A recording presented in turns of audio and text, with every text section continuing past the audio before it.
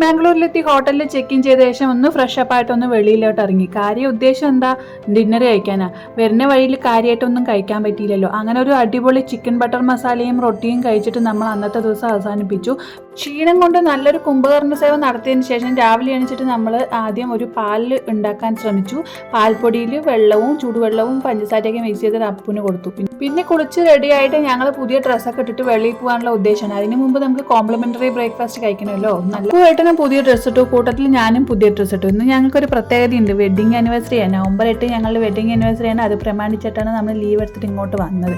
അപ്പോൾ ഈ ഹോട്ടൽ അത്ര ഇഷ്ടപ്പെടാത്തതുകൊണ്ട് ചെക്ക് ഔട്ട് ചെയ്യാനാണ് തീരുമാനം. ഇവിടെ കോംപ്ലിമെന്ററി ബ്രേക്ക്ഫാസ്റ്റ് ആയിട്ട് നമുക്ക് പൂരി, ഒരു സെറ്റ് ദോശ, ചട്നി, സാമ്പാർ, പിന്നെ ഒരു ഉപ്പുമാവ് ഇതൊക്കെ കിട്ടിയിട്ടുണ്ടായിരുന്നു. കൂട്ടത്തിൽ ഒരു ചായയും കിട്ടി. ബ്രേക്ക്ഫാസ്റ്റ് കഴിച്ചതിന് ശേഷം റൂമിലെത്തി ഒരു 5-6 ഫോട്ടോയും എടുത്ത് നമ്മൾ അവിടെ കിടന്നിരുന്ന ചായപ്പൊടിയും കാപ്പിപ്പൊടിയും പാൽപ്പൊടിയും പഞ്ചസാരയും ഒക്കെ എടുത്ത് ബാഗിലിട്ടു. എന്തായാലും വെറുതെ കിട്ടിയതല്ലേ, നമ്മളിത് എടുത്തില്ലെങ്കിൽ ഇത് വേറെ ആർക്കെങ്കിലും വെക്കും, അത്രയേ ഉള്ളൂ. അപ്പം നമ്മൾ ആദ്യത്തെ അതൊക്കെ എടുത്ത് ബാഗിലിട്ട ശേഷം നമ്മൾ ആദ്യത്തെ ഡെസ്റ്റിനേഷനെ തിരഞ്ഞെടുത്തിട്ടുണ്ടായിരുന്നത് മുല്ലയങ്കിരി പീക്കാണ്.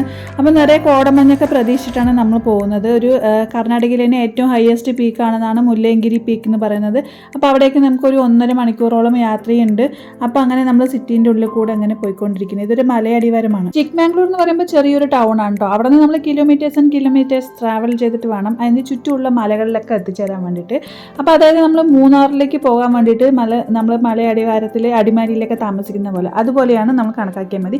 കുറേ ദൂരം പോയപ്പോൾ നമുക്ക് ആ സിറ്റിൻ്റെ ലുക്കേ മാറി.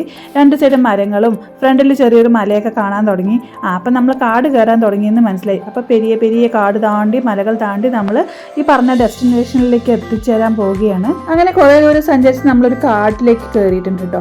കാടാണോ മലയാണോ എന്നറിയില്ല. ഒരു മല നമ്മൾ കയറിക്കൊണ്ടിരിക്കുകയാണ്. ചെറിയൊരു കയറ്റമാണ്. റോഡെല്ലാം വളഞ്ഞു തിരിഞ്ഞ് കിടക്കുന്നു. 2 സൈഡും കാടാണ്. അപ്പോൾ പിന്നെ അത് മാത്രമല്ല ഇടയിലിടയിൽ നമുക്കിങ്ങനെ പുൽമേടുകൾ കൊണ്ടുള്ള മലകളാണ് കാണാൻ കഴിയുന്നത്. അപ്പോൾ ആ മലകളെല്ലാം താണ്ടിയിട്ട് വേണം നമ്മൾ മെയിൻ ആയിട്ടുള്ള സ്ഥലത്തേക്ക് എത്താൻ വേണ്ടിയിട്ട്. അപ്പോൾ അടിപൊളി വിഷ്വലായിരുന്നു. എന്താണെന്ന് വെച്ചാൽ 2 സൈഡും പച്ചപ്പും നല്ല റോഡും പിന്നെ ചെറിയ വണ്ടികൾ ഇടയ്ക്കിടയ്ക്ക് വരുന്നുണ്ട്. അങ്ങനെയൊക്കെ ആയിട്ട് അടിപൊളി ഒരു വിഷ്വൽ ട്രീറ്റ് ആയിരുന്നു. അത്യാവശ്യം വെയിലുണ്ടെങ്കിലും കൈ വെളിയിലിട്ട് നല്ല തണുപ്പുണ്ടായിരുന്നു കേട്ടോ. അപ്പോൾ തണുപ്പും വെയിലും മിക്സ് ചെയ്തിട്ടുള്ള ഒരു കാലാവസ്ഥയാണ്. ഇനി നമ്മൾ മുല്ലയങ്കിരി പീക്സ് ഇട്ടിരിക്കുന്ന ഡെസ്റ്റിനേഷനിലേക്ക് ഏകദേശം 1 മണിക്കൂറും കൂടെ കാണിക്കുന്നുണ്ട്. ഒരു മല കഴിഞ്ഞ് നമ്മൾ തിരിഞ്ഞു വന്നപ്പോൾ അതേ ബാക്കിൽ പിന്നെയും മല കാണുന്നു. അപ്പോൾ നമ്മൾ ഇനി ആ മലയിലേക്കായിരിക്കും ചിലപ്പോൾ പോകുന്നതെന്ന് വിചാരിച്ചിട്ട് ഞങ്ങൾ ഇങ്ങനെ പോയിക്കൊണ്ടിരിക്കുകയാണ് കേട്ടോ.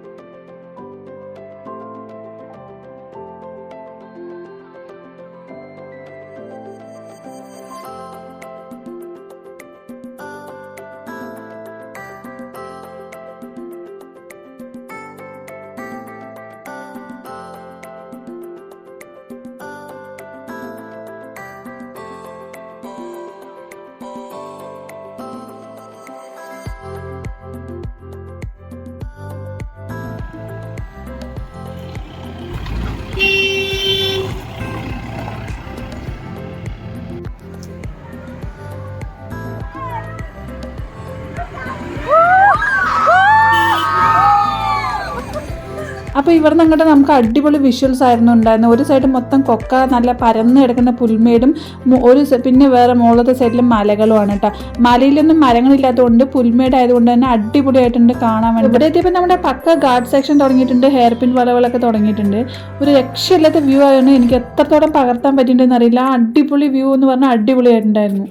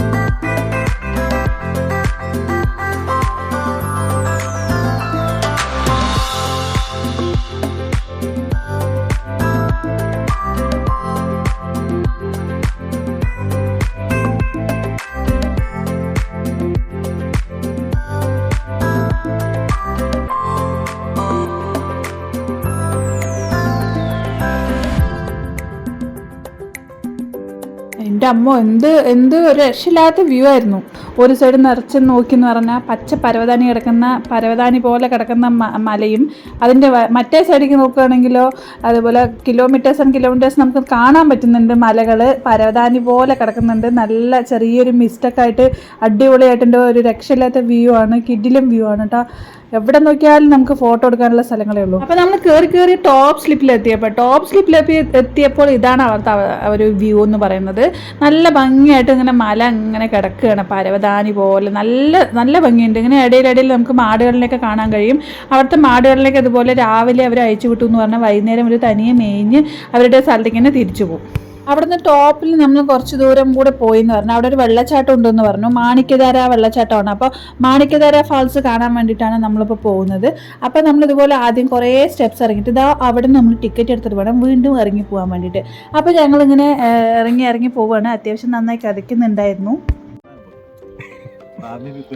1 person 5 rupees. ഒരാൾക്ക്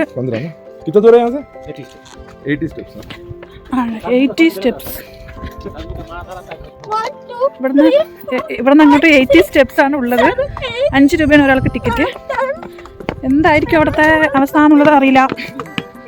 നിങ്ങൾ രണ്ടാളും ഓടി പോയി, ഞാൻ ഇവിടെ ലാസ്റ്റ് ആവും. ഏട്ടനും ഉണ്ണിയും ഞാനും കൂടെ നടക്കാൻ തുടങ്ങിയെന്ന് പറഞ്ഞാൽ ഏട്ടനും ഉണ്ണി ആദ്യം പോയി എത്തും. ഞാനാണെങ്കിൽ പതുക്കെ മെല്ലെ അവിടെയും ഇവിടെയും നോക്കി മെല്ലെ നടന്നിട്ട് അവിടെ എത്തുള്ളൂ. ഇവർ രണ്ടാളും റോക്കറ്റ് വിട്ട പോലെ വേഗം എത്തും.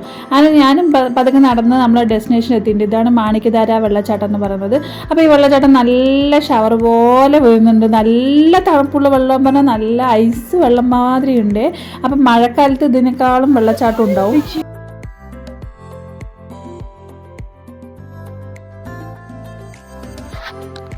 ഇവിടുത്തെ ഒരു പാറ ഉണ്ടോ? ഈ പാറയിൽ നമുക്ക് ഓരോരോ ലെയറായിട്ട് നമുക്ക് ഇങ്ങനെ പ്രകൃതിയാൽ ഉണ്ടാക്കി വെച്ചിരിക്കുന്ന ലെയർ പോലെ. അതൊന്ന് പ്രത്യേകതയുള്ള പാറ പോലെ തോന്നുന്നു. നല്ല ഹാർഡായിട്ടുണ്ട്, കറുത്ത കളറ്. നമുക്ക് ഓരോരോ സെപ്പറേറ്റ് ലെയർ നമുക്ക് കണ്ട് തിരിച്ചറിയാൻ പറ്റുന്നുണ്ട്. ഇവിടെ മുകളിലുള്ള പാറകൾ നമുക്ക് നോക്കും, അതും ഇതുപോലെ തന്നെയാണ്. എന്തൊക്കെയോ അങ്ങനെ ചെത്തി എടുത്ത മാതിരിയോ.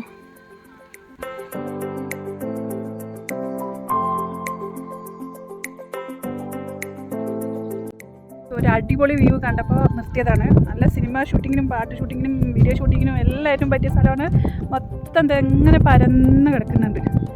എൻ്റെ ചുറ്റും നോക്കിയാൽ സൂപ്പറായിട്ട് ഇങ്ങനെ നോക്കിയേ, അടിപൊളിയേ, ഒരു രക്ഷയില്ലാട്ടോ, അടിപൊളിയാണ്.